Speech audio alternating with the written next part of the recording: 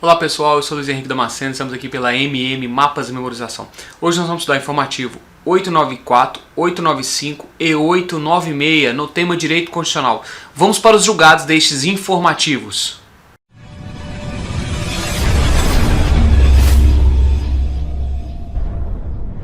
Primeiro julgado, pessoal, medida provisória 320 de 2006, medida provisória 320 de 2006, criou ou CLIA, tá? Que são Centros Logísticos e Industriais Aduaneiros, perfeito? Olha só, a Receita Federal não analisou os pedidos, para a criação desses centros, Houve o pedido, mas não houve a análise. Se não houve análise, não há ato jurídico perfeito.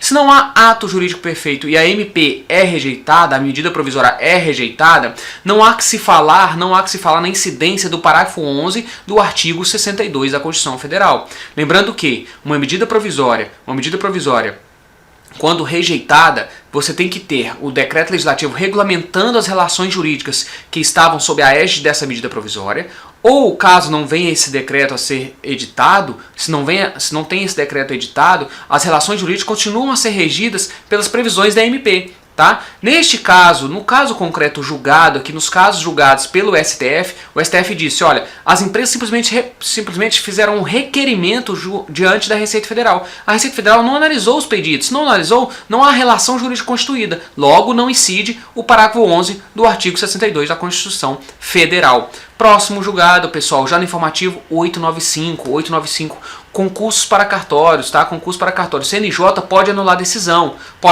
decisão da banca, tá? Do TJ, pode anular decisão do TJ, que conferiu pontuação contrariando a resolução do próprio CNJ. Lembrando que a regra é que o CNJ não pode substituir a banca examinadora. Neste caso, houve uma pontuação contrariando uma própria resolução do CNJ. Nesse caso, o CNJ pode sim anular a decisão do TJ, perfeito? Próximo julgado, pessoal, já no informativo 896, ação declaratória de inconstitucionalidade. Primeiro julgado, ação declaratória de inconstitucionalidade. Governador propôs a ação. O Estado membro não possui legitimidade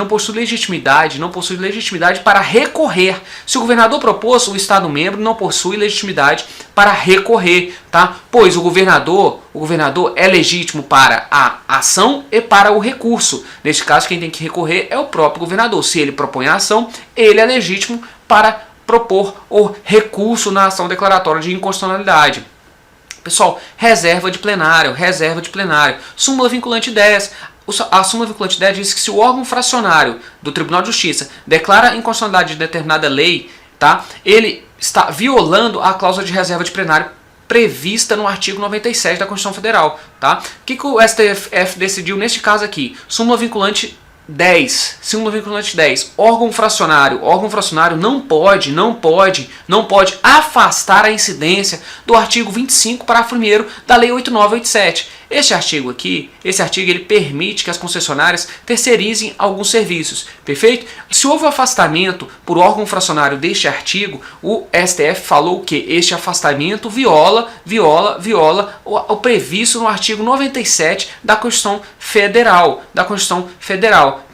perfeito? Que é a reserva de plenário para declaração de inconstitucionalidade de determinada lei. Perfeito? Um órgão fracionário não pode afastar dispositivo de determinada lei sob pena de estar violando a súmula vinculante 10, que diz que o órgão fracionário que declara a inconstitucionalidade direta ou indiretamente viola a cláusula de reserva de plenário, perfeito? Previsto no artigo 97 da Constituição Federal. Lembrando que este tema é divergente, tá? O informativo 848, por exemplo, o STF decidiu de maneira diferente, dizendo que a mera interpretação da lei, ela é íncita ao exercício jurisdicional, perfeito? Então, só há que se falar em violação da cláusula de reserva de plenário, só há que se falar em violação à súmula vinculante 10 por órgão fracionário, quando você tem uma declaração de inconstitucionalidade direta ou indireta, tá?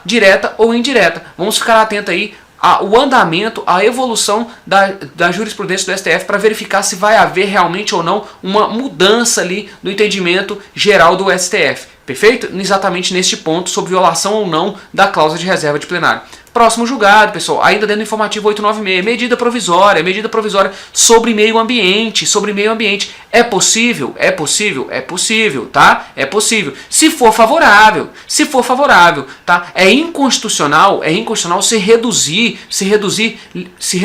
a proteção ao meio ambiente, tá? Isto, pessoal, é um limite material implícito, tá? Não previsto no artigo 62, parágrafo 1º da Constituição Federal.